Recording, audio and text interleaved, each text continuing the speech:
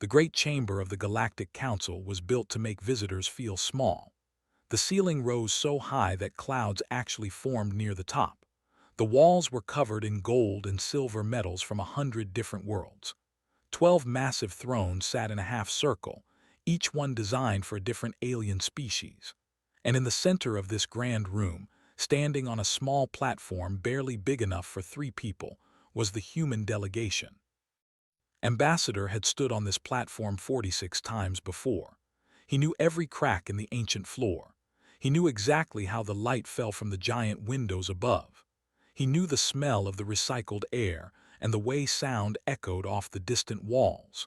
Most of all, he knew the feeling of being looked down upon by beings who thought humans were nothing more than clever animals. Today was his 47th visit, and something felt different. Beside him stood Park, his translator and closest advisor. She was young, barely 30 years old, but her eyes held the tired wisdom of someone who had seen too many insults thrown at her people. Her fingers moved constantly over her data pad, recording everything, missing nothing. Behind them both, in the shadow of the platform, stood Admiral. His military uniform was simple compared to the flowing robes of the alien delegates, but he wore it like armor. His face showed no emotion. His hands stayed clasped behind his back, but had noticed something strange.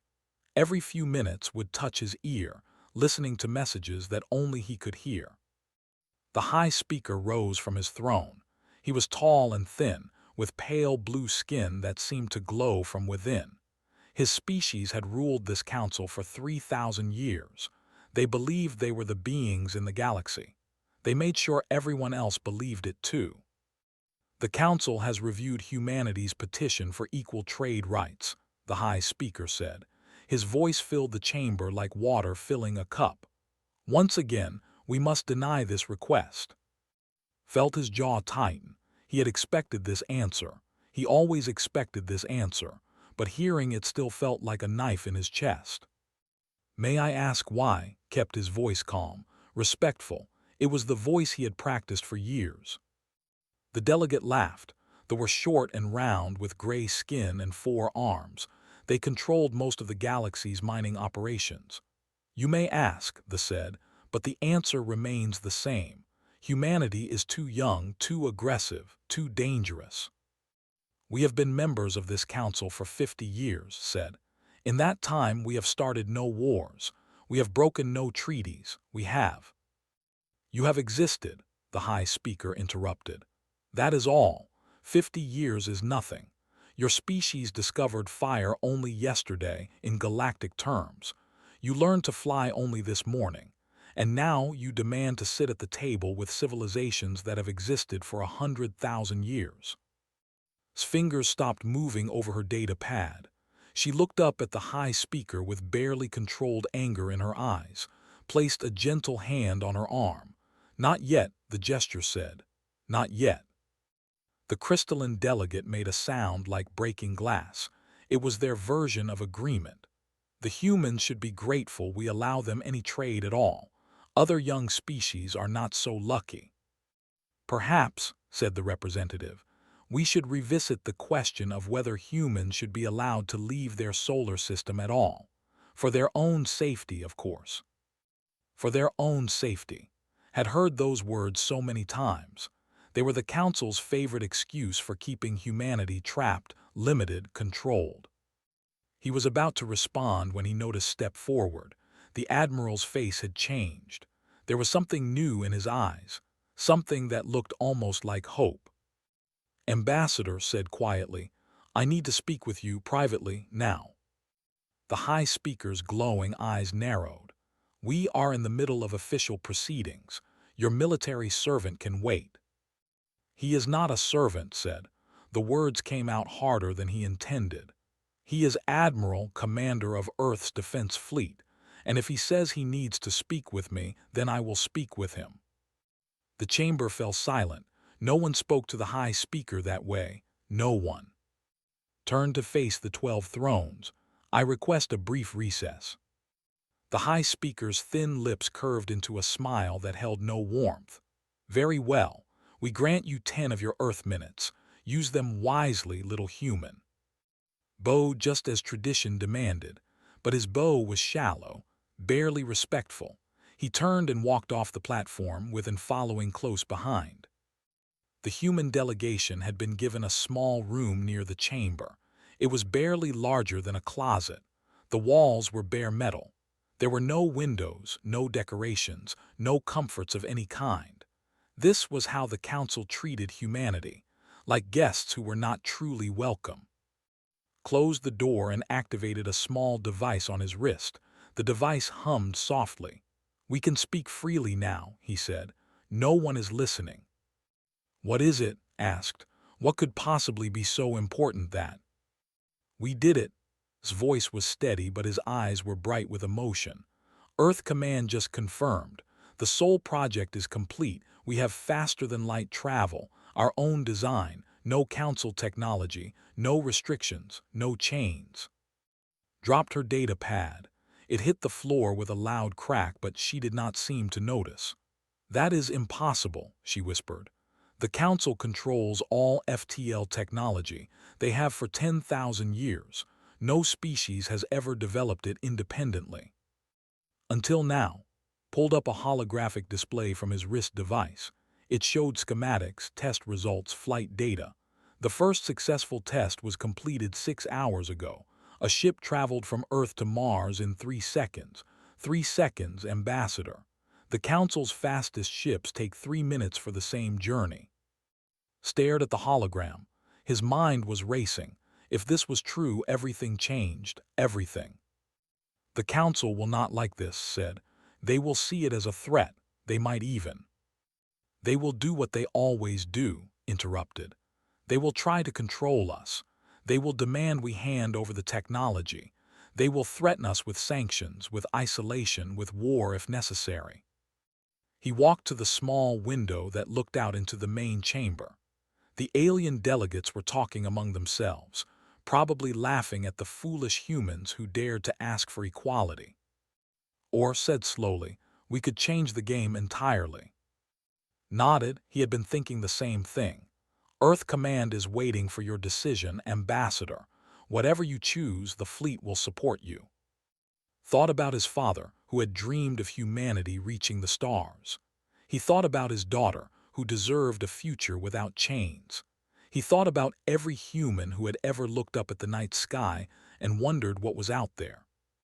Then he thought about the High Speaker's cold smile, this mocking laughter, the crystalline's contempt. "Tell Earth Command to prepare for anything," said. "When we go back into that chamber, I am going to do something that has never been done before." Looked at him with concern. "What are you planning?" He turned to face her, and for the first time in years there was fire in his eyes. "I am going to tell the Council exactly what humanity thinks of their so-called protection, and then I am going to walk away." The 10 minutes passed too quickly and too slowly at the same time. When the human delegation returned to the platform, the alien delegates were still in their places. The High Speaker looked at with the patient expression of someone watching an insect try to climb out of a jar. "Have you finished your private discussion?" the High Speaker asked. "Are you ready to continue begging for scraps from our table?" Smiled. It was not a pleasant smile. "No," he said, "I am not." And with those 3 words, the galaxy began to change.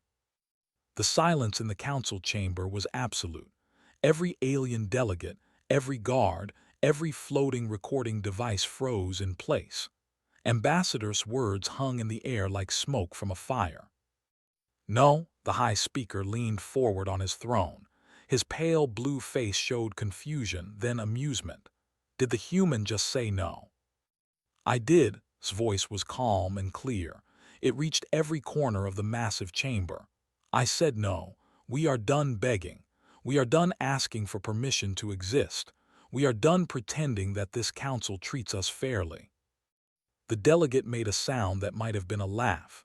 "The little human has grown a spine. How amusing. Tell me, Ambassador, what exactly do you think you can do? Your species cannot even travel between stars without our technology. You are nothing without us." Turned to face the directly. That is where you are wrong. As of 6 hours ago, humanity has developed its own faster-than-light technology. We no longer need your ships. We no longer need your permission. We no longer need you. The chamber erupted. 12 alien species began talking at once. The sound was overwhelming, a wave of clicks and growls and musical notes that crashed against the walls. The high speaker raised his hand, and slowly the noise faded. "You are lying," the high speaker said, but there was something new in his voice, a tiny crack of uncertainty. "No species has ever developed independent FTL travel. It is impossible." "Humanity has a habit of doing impossible things," straightened his back. "We walked on our moon when your ancestors said we never would. We cured diseases that should have destroyed us. We survived wars that should have ended our species. And now we have built engines that make your fastest ships look like children's toys." Park stepped forward and held up her data pad. "I am transmitting proof to every delegate's personal device. Test results, flight data, everything. Check it yourselves." For a long moment, the alien delegates looked at their screens. Some made sounds of disbelief. Others went very, very quiet. The representative's antennae twitched rapidly, a sign of extreme distress. Admiral stood behind like a statue. His hand rested near his sidearm. He hoped he would not need it, but he was ready if he did. The high speaker was the first to speak. His voice had lost some of its smooth confidence.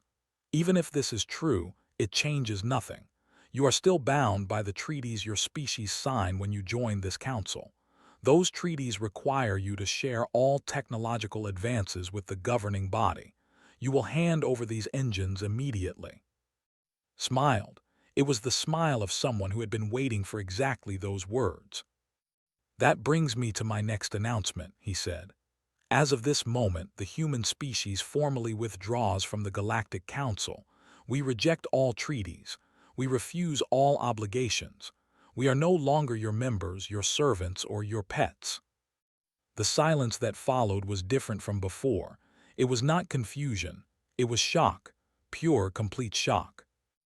In 10,000 years of galactic history, no species had ever left the Council voluntarily. The very idea was unthinkable. The Council was everything. It controlled trade, technology, territory, even the right to exist as a spacefaring civilization. Leaving the Council was like a fish deciding to leave the ocean. But was not finished. "Furthermore," he continued, "we are making our reasons public." On the planet of 3,000 light-years away, a factory worker looked up at the nearest display screen. It had been showing advertisements as it always did, but now it showed something different, a human face, a human voice. "People of the galaxy," the recording said, "my name is Sora Han. I am the director of Earth's Intelligence Division. For 50 years, my people have been members of the Galactic Council. In that time, we have discovered truths that the Council does not want you to know." The broadcast was playing everywhere, on space stations and cargo ships, on farming colonies and mining platforms. Wherever there was a screen, wherever there was a speaker, Sora's voice was heard. "The Council has deliberately limited human technology. They have confined us to restricted trade zones. They have us colonies that were rightfully ours, but we are not the only victims." In the council chamber, the delegates were screaming at their guards to stop the transmission, but it could not be stopped. Sora had spent years preparing for this moment. She had planted in systems across the galaxy. She had allies in places no one suspected. "They were promised full membership 200 years ago," Sora's voice continued. "That promise was never kept. There have been access to surface worlds, forcing them to live only in water environments, even though they can survive on land. The Drift clans have been labeled as criminals simply for refusing to settle in one place." The representative sat very still. Her compound eyes looked at the main display screen, where Sora's face continued to speak. Emotions that she had buried for centuries began to rise to the surface. The Council does not serve the galaxy, Sora said. It serves itself. It serves the. Everyone else is just a resource to be used and controlled. Humanity refuses to be used any longer. We hope we are not alone. The broadcast ended. The chamber fell into chaos. The High Speaker's face had turned from pale blue to dark purple. His hands gripped the arms of his throne so tightly that the metal bent beneath his fingers. "This is treason," he hissed. "This is an act of war." "No," said, "this is freedom, something your council has tried to deny for far too long."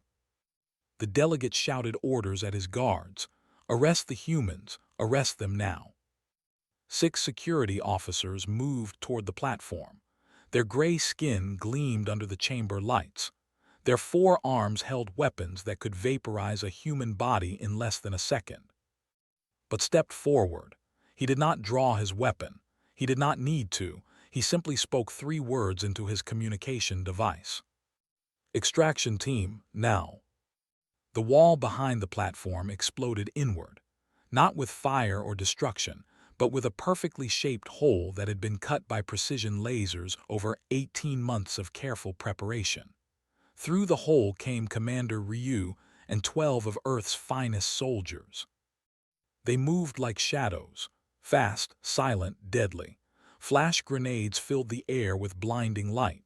Sonic weapons disrupted the alien guard's equilibrium. In 3 seconds, the security team was on the ground, unconscious but alive. Ambassador shouted, "We need to move." Looked back at the 12 thrones. The alien delegates were screaming, running, calling for reinforcements. The carefully maintained order of 10,000 years was crumbling before his eyes. "You will regret this," the High Speaker shouted. "We will hunt you down, we will destroy your pathetic little world, we will." "You will do nothing," said. His voice cut through the chaos like a blade. "Because for the first time in your existence, you are facing an enemy you cannot control. Goodbye, High Speaker. I doubt we will meet again." He turned and followed through the breach in the wall, and were right behind him. The human delegation vanished into the station's maintenance tunnels as alarms began to wail throughout the entire structure. Behind them, something remarkable was happening. The delegate had not moved to help the guards. She was watching the humans escape with an expression that no one could read. The delegate was doing the same. Even some of the Drift Clan observers in the gallery seemed to be waiting, watching, hopping. The High Speaker noticed their hesitation. "What are you doing?" he screamed. "Stop them, stop the humans." But no one moved. For the first time in their long history, the Galactic Council realized that they had made a terrible mistake. They had pushed humanity too far. They had underestimated a species that had survived ice ages, plagues, and wars. They had created their own worst enemy. And now that enemy was free. In the maintenance tunnels, led the group toward the emergency shuttle bay. Her soldiers moved ahead, clearing the path, disabling security systems that had already compromised. "That was quite a speech, Ambassador," she said as they ran. Managed a small laugh despite the danger. "I have been practicing it for years." Was breathing hard, but she kept pace. "Do you think anyone will listen? Do you think any other species will follow us?" Answered before could. "Did you see the delegate? She did not move to stop us. Neither did the. We may have just done more than withdraw from the council, Ambassador. We may have started something much bigger." Behind them, the alarms continued to scream. Ahead of them, a shuttle waited to carry them to safety. And across the galaxy, billions of beings from dozens of species were watching, wondering, and asking themselves a question they had never asked before. What if the humans are right? Commander Ryu had been waiting in the walls of the council station for 18 months. She and her team had lived in hidden spaces no bigger than coffins. They had eaten cold food and breathed recycled air. They had watched through tiny cameras as alien delegates laughed and celebrated their power over younger species. Every day had wondered if the call would ever come. Now it had come, and she was ready. The maintenance tunnels of the council station were a maze of pipes, cables, and forgotten passages. Most species had forgotten they even existed. The station was 10,000 years old, built layer upon layer like the rings of an ancient tree. Knew every path, every junction, every hidden door. She had memorized them all. Left at the next junction, she called back to Ambassador and the others, then straight for 200 meters. Behind her, the alarm sirens continued their endless screaming. Red lights flashed in the distance. The station's security forces were mobilizing, but they did not know where to look. They did not know about the tunnels. Lee's voice crackled in his earpiece. He was somewhere on the other side of the station, sitting at a computer terminal he had secretly installed years ago. "Commander, I am seeing movement in Corridor 7 Beta. Patrol 6 soldiers. They are heading toward your position." "How long?" asked. 3 minutes, maybe 4. "That is enough," increased her pace. Her soldiers moved silently around her, their weapons ready but not drawn. They were professionals. They knew that the best fight was the one you never had to have. Ambassador was keeping up well for a diplomat. His formal clothes were now dirty and torn, but his eyes were clear and focused. Beside him, Park clutched her data pad like a lifeline. The recording of their council appearance was still transmitting to every corner of the galaxy. Nothing could stop it now. Admiral brought up the rear of the group. His hand never left his sidearm. His eyes never stopped scanning the shadows. He had spent 30 years protecting humanity from threats both internal and external. Today was simply another mission. A bigger mission than most, perhaps, but still just a mission. "Commander," one of soldiers said, "we have a problem. The shuttle bay doors are being sealed. Station security is trying to lock us in." Smiled. It was not a pleasant smile. "Already on it," replied. There was a sound of fingers tapping rapidly on a keyboard. "The station systems are old, really old. They never bothered to upgrade them because they never thought anyone would challenge their control. Give me 30 seconds." 30 seconds passed, then spoke again, and there was satisfaction in his voice. "The shuttle bay doors are now under my control. Also, I may have accidentally turned off the lights in the security barracks, and the water pressure, and the artificial gravity in sections 12 through 15. "Accidentally?" asked. "Very accidentally," confirmed. "These old systems are so fragile." They reached the shuttle bay 3 minutes later. It was a large open space filled with small transport ships and maintenance vehicles. The main doors were sealed, but a side entrance stood open, just as had promised.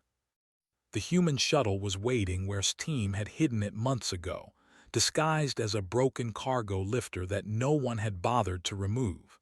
It was small and fast, equipped with one of the new soul drives that Earth had been testing in secret. "Everyone on board," ordered. "We leave in 60 seconds. The soldiers moved first, taking positions at the shuttle's defensive points. Then and climbed the ramp, followed by, was the last to board. She stood at the top of the ramp and looked back at the station that had witnessed humanity's greatest moment of defiance. "Goodbye," she whispered, "and good luck to anyone who tries to follow us." The ramp closed. The shuttle's engines began to hum with power. But before they could lift off, something unexpected happened. A voice came through the shuttle's communication system. It was not a human voice. "Human vessel, this is representative of the collective. Please respond." Looked at with surprise. There were insects, 6-legged beings with hard shells and compound eyes. They had been members of the council for thousands of years. They had never shown any friendship toward humanity. "Should we answer?" asked. Thought for a moment, then he nodded, opened the channel. The screen flickered to life, showing the face of a. Her shell was dark green, marked with patterns that indicated high rank. Her antennae moved in complex patterns as she spoke. "Ambassador, I watched your performance in the council chamber. I watched your broadcast to the galaxy. I have a question for you." Ask it said. Was it true, what your intelligence officer said about my people, about the promises that were never kept? Met her compound eyes without flinching. It was true. We have documents, records, proof of every promise the made to your species and then broke. If you want to see them, we will share them. There was silent for a long moment. Her antennae moved faster, a sign of deep emotion among her kind. The shuttle bay doors are opening, reported. We can leave whenever you give the word, Ambassador. But held up his hand. Wait. On the screen, representatives seemed to reach a decision. Ambassador, when you said that you hope you are not alone, what did you mean? I meant exactly what I said. Humanity is leaving the Council because we refuse to be controlled any longer. But we know we are not the only species that has been treated unfairly. If others feel the same way, if others want to build something better, we will welcome them. We will stand with them. We will fight beside them if we must. The mandibles clicked softly. The Council security forces are searching for your ship. They will find you soon. But there is another way out of this station. A passage that only my people know about. It leads directly to open space, far from any patrol routes. Why would you help us? Asked Suspicious. Because today, for the first time in 200 years, I felt hope. His voice was soft, almost gentle. My grandmother told me stories of the promises the made to our people. She died still waiting for those promises to be kept. Perhaps now they never will be. Perhaps now we can build something new. She transmitted coordinates to the shuttle's navigation system. Then her image flickered. Go now, Ambassador. The security forces are closing in. We will speak again, I think, in better times. The channel closed. Was already adjusting their course. The coordinates check out. It is a service tunnel big enough for our shuttle. We can be in open space in 4 minutes. Do it, ordered. The shuttle lifted off and shot toward the hidden passage. Behind them, the Council station fell into greater chaos as commanders screamed at guards, and guards screamed at technicians, and everyone blamed everyone else for the escape of the human delegation. In the main chamber, the 12 great thrones were empty. The delegates had scattered to their private quarters, to their personal ships, to anywhere that felt safe. The carefully maintained alliance of 10,000 years was cracking under the weight of its own lies. The High Speaker stood alone in the center of the chamber. His pale blue skin had turned almost white with rage. His hands were shaking. Find them, he said to the guards who remained. Find them and bring them back. The humans must be made an example. The entire galaxy must see what happens to those who defy the Council. But even as he spoke, reports were coming in from across known space. The human broadcast was playing everywhere. On worlds, workers were gathering in public squares to discuss what they had heard. On ocean planets, submarines were surfacing to receive better signals. Even among the scattered drift clans, ships were changing course, heading toward coordinates that no one had announced but everyone seemed to know. Something was awakening, something that had been sleeping for a very long time. The human shuttle emerged from the service tunnel into the cold darkness of space. Stars spread out before them like diamonds on black cloth. In the distance, the Council station glowed with lights and alarm signals. We are clear, announced. No pursuit yet. The Soul Drive is ready for activation. Stood at the viewport and looked back at the station. For 50 years, humanity had come here seeking acceptance, seeking equality, seeking a place among the stars. For 50 years they had been. Now they would make their own place. Take us home, he said. The Soul Drive activated with a sound like thunder and light. The stars stretched into lines, and in less than a heartbeat, the human shuttle vanished into the vast distance of space, leaving behind a galaxy that would never be the same. On the Council station, the High Speaker watched his screens and realized that the hunt had already begun. But he was no longer certain who was hunting whom. 3 days had passed since humanity walked out of the Galactic Council. 3 days that changed everything. On Earth, Defense Minister had not slept in 72 hours. Her office in the underground command center was filled with screens showing military movements across the galaxy. Reports came in every minute. Most of them were bad. Some of them were very, very good. "The fleet is mobilizing," her aide reported. 2,000 warships. They are gathering at the edge of Council space. Nodded, she had expected this. They could not let humanity's defiance go unpunished. Their entire power structure depended on fear. If one species could walk away, others might follow. "How long until they reach our territory?" she asked. "At their current speed, approximately 6 days. And our fleet?" The aide hesitated. 340 combat-ready ships, Minister. The new soul drives are being installed on all of them, but the process takes time. Only 200 have been completed. 340 against 2,000 had faced worse odds in simulations, but this was not a simulation. This was the survival of her species. "Continue the installations," she ordered. "Every hour counts." On Luna, Earth's moon, Ambassador had established a temporary command center in an underground base that officially did not exist. The Council still thought they knew all of humanity's secrets. They were wrong. Park sat at a communication station, her fingers never stopping their work. Messages were coming in from across the galaxy. Most were angry threats from Council members, but some were different. "Ambassador," she called out, "we have another encrypted transmission. It is from the..." There were aquatic beings, forced by Council decree to live only in water environments. Their bodies could actually survive on land, but the Council had forbidden them from settling surface worlds. It was another form of control, another chain. Walked over to read the message. His eyes widened as he scanned the contents. "They want to meet," he said quietly. "They say they have been watching our broadcasts. They say they believe us. They want to talk about the future." "That makes 4 species now," said. Though the Drift clans and the..." They raised an eyebrow. He had not heard that name before. "A small species from the outer regions.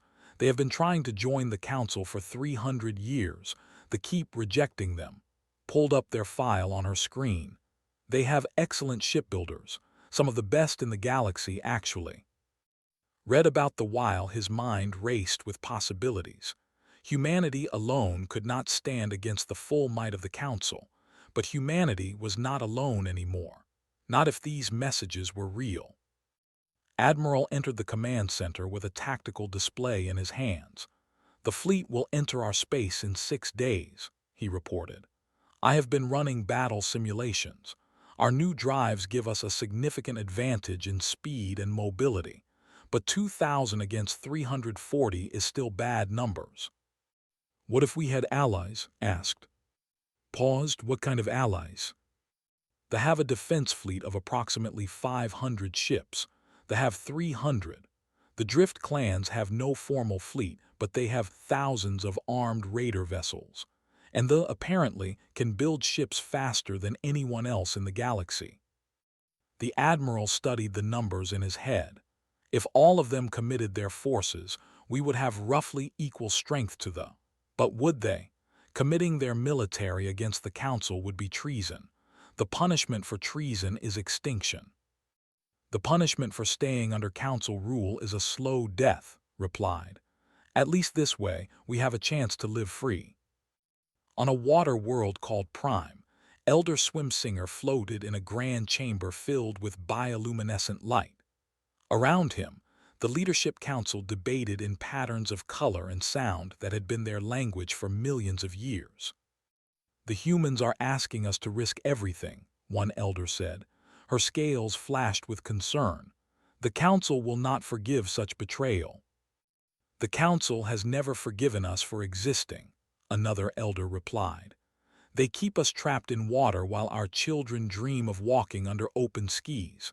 How much longer must we accept their cruelty?" Listened to both sides. He was old, older than most, and he had seen much in his long life.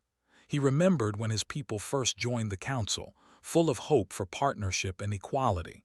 He remembered watching that hope die year after year, decade after decade. "I have made my decision," he said at last. His voice silenced all others. "We will meet with the humans, we will hear what they have to say, and then we will choose our path." Across the galaxy, similar conversations were happening. On Hive worlds, queens consulted with their councils.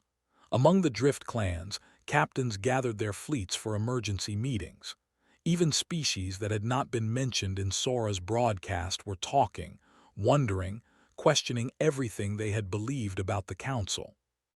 Back on Earth, Sarahan monitored all of it. Her intelligence network reached into every corner of known space. She knew which species were interested, which were afraid, and which were still loyal to the council. "They are not moving," she reported to during a video conference. "They are ancient allies of the, we cannot expect help from them." "What about the—" Sara shook her head. "They control too much of the council's mining operations. They have too much to lose. They will support the—" "So we have enemies and we have potential friends," summarized. "The question is whether our friends will stand with us when the fighting starts." "That is always the question, Ambassador." On the sixth day, everything changed. The Armada had crossed into human-controlled space. 2,000 warships, the largest fleet assembled in 10,000 years, moving toward Earth like a storm of death. The Council's message was clear: surrender or be destroyed. But as the fleet moved forward, something unexpected happened. A transmission broke through on all frequencies. "This is representative of the collective. We stand with humanity. The time of Council tyranny is over." 500 warships emerged from hyperspace, taking position alongside the human defense fleet. Then came another transmission. "This is Elder Swim Singer of the, we stand with humanity. We will no longer live in chains." 300 vessels arrived, their organic hulls gleaming with bioluminescent patterns. And then from every direction came the drift clans. Thousands of ships, large and small, painted with the colors of 100 different clans. They had never united before. They united now. Admiral Shin stood on the bridge of the human flagship and watched his tactical display fill with allied ships. He had prepared himself to die defending Earth against impossible odds. Now those odds did not look so impossible. "Total Allied fleet strength," his tactical officer reported, "approximately 1,800 ships, plus Drift Clan raiders, which adds another 1,000 small vessels." Allowed himself a small smile. "It seems humanity has made some friends." "What are your orders, Admiral?" Looked at the approaching fleet. They had expected to crush one small species. They had found an alliance waiting for them instead. "Tell all ships to prepare for combat," he said. "The Council wanted a war. Let us give them one they will never forget." On Luna, watched the tactical feeds with And. The Allied fleet was forming into battle lines. They were still advancing, but their formation looked less confident than before. "They did not expect this," said. "They thought we would be alone." "The Council's greatest weakness," replied, "was believing they were the only ones who mattered. They forgot that even the smallest species has value. They forgot that cruelty eventually creates its own enemies." Received a message on his personal device. He read it and then looked at with something like wonder in his eyes. "Ambassador, they have arrived at our shipyards. They brought 2,000 engineers and enough materials to build 50 new warships. They say it is a gift for the future." Felt tears forming in his eyes. He blinked them away. There would be time for emotion later. Now there was work to do. "Tell them we accept their gift with gratitude," he said. "And tell them that when this is over, humanity will not forget its friends." The Battle of the Boundary was about to begin. And for the first time in 10,000 years, the Council would learn what it meant to fight an enemy that was not afraid. The Armada stretched across space like a wall of death. 2,000 warships, each one larger than a city, each one carrying enough firepower to destroy a small moon. Their formation was perfect, practiced over thousands of years of dominance. They had never lost a major battle. They did not expect to lose this one. Admiral Shin stood on the bridge of the ESFS Unbroken, humanity's first ship equipped with the Soul Drive. Around him, his crew worked in tense silence. Every screen showed tactical data. Every sensor tracked enemy movements. The weight of human survival pressed down on his shoulders. "All ships report ready, Admiral," his first officer said. "Allied fleet is in position. They have taken the left flank, the hold the right. Drift Clan raiders are scattered throughout our formation, ready to strike. And our ships, 200 Soul Drive vessels at the center, 140 conventional ships in reserve." Studied the enemy formation one more time. They expected this battle to be simple, overwhelming force against inferior numbers, crush the rebellion and return to their comfortable superiority. They were about to learn something new. "Open a channel to the enemy fleet," ordered. The communication officer nodded. A moment later, the face of the fleet commander appeared on screen. He was tall and thin, like all, with cold eyes that showed no fear. "Admiral Shin," the commander said, "you have gathered an impressive collection of traitors. It will not save you. Surrender now, and some of your species may be allowed to survive." Smiled, it was not a friendly smile. "I have a better idea. Turn your fleet around and go home. Tell your council that the age of their rule is over. Do this, and your ships will not be destroyed." The commander laughed. It was an ugly sound. "You threaten me with that little fleet. You humans truly are insane." "We are not insane," said calmly. "We are simply no longer afraid." He cut the communication channel and turned to his crew. "All ships, prepare for engagement. Soul Drive vessels, activate combat protocols. Show them what humanity can do." They opened fire first. Thousands of energy beams crossed the darkness of space, bright enough to blind unprotected eyes. The attack should have destroyed dozens of human ships. It destroyed nothing. The human vessels vanished. One moment they were there. The next moment they were gone. The weapons passed through empty space. Then the human ships reappeared behind the formation. The Soul Drive did not just allow faster-than-light travel between stars. It allowed micro-jumps in combat, tiny movements through folded space that took less than a second. The human ships could appear and disappear like ghosts. They could attack from any direction. They could never be pinned down. "Fire," ordered. 200 human ships unleashed their weapons into the unprotected rear of the armada. Shields collapsed. Hulls cracked. Explosions bloomed in the darkness like deadly flowers. Captain commanded the destroyer Indomitable. Her ship was small and fast, designed for exactly this kind of warfare. She watched her tactical display and saw an opportunity. "Helm, plot a microjump to coordinates 379, she ordered. "We are going straight into their flagship's hangar bay." Her helmsman turned to look at her with wide eyes. "Inside the flagship, Captain, that is insane." "That is exactly what they will think, which is why it will work. Plot the course."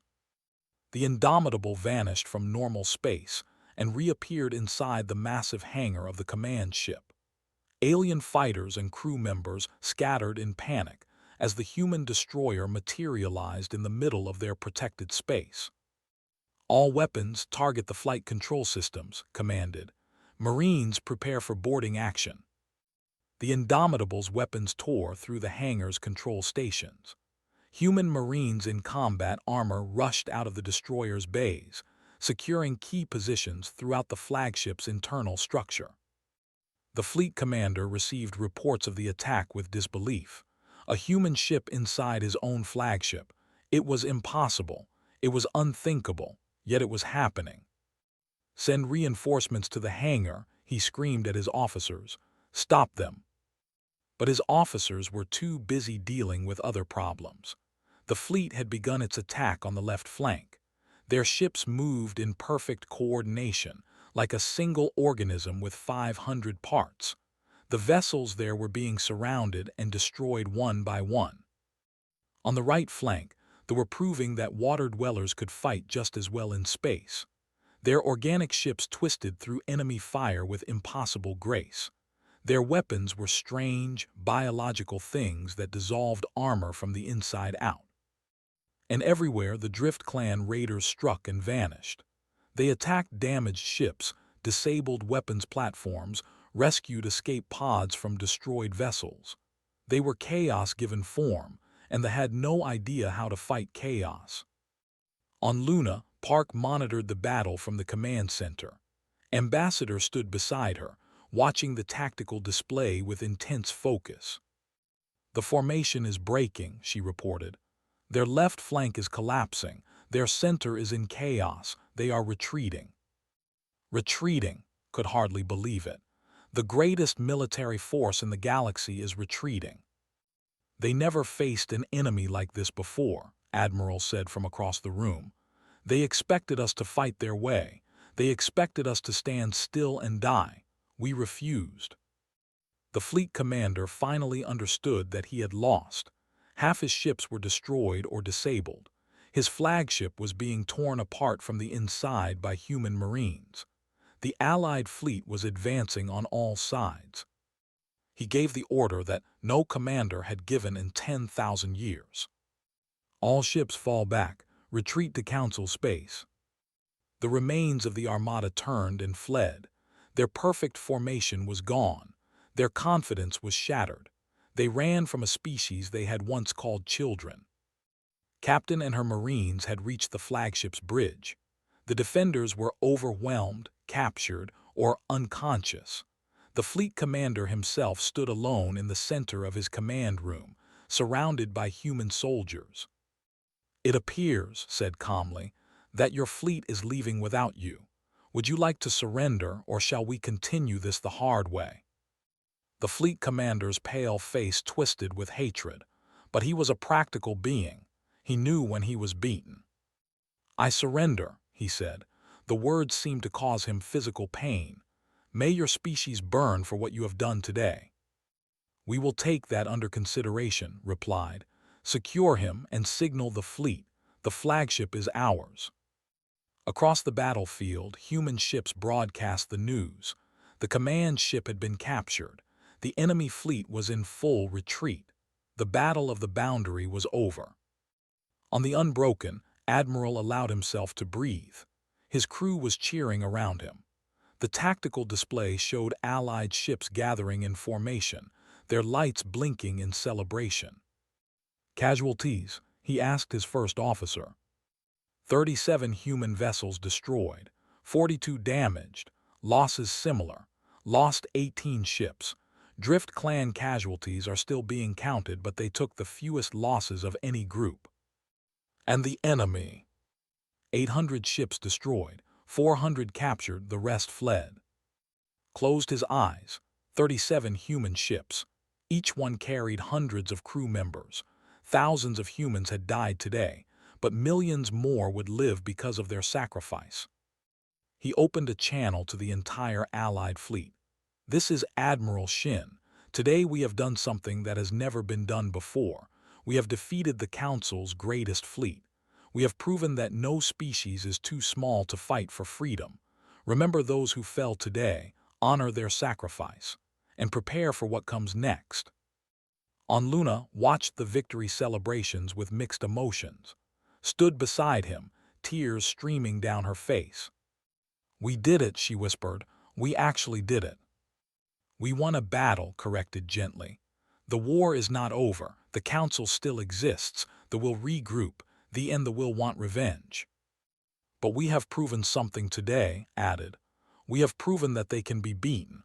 That changes everything." Nodded slowly. Yes, it changed everything. For 10,000 years the Council had seemed invincible. Today, that illusion had been shattered forever. A message came through on the emergency channel.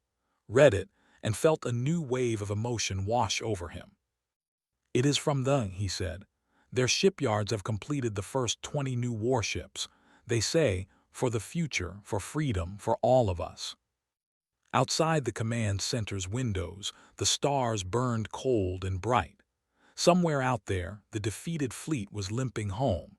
Somewhere out there, other species were watching, waiting, making their own decisions about the future. The old order was dying, and something new was being born.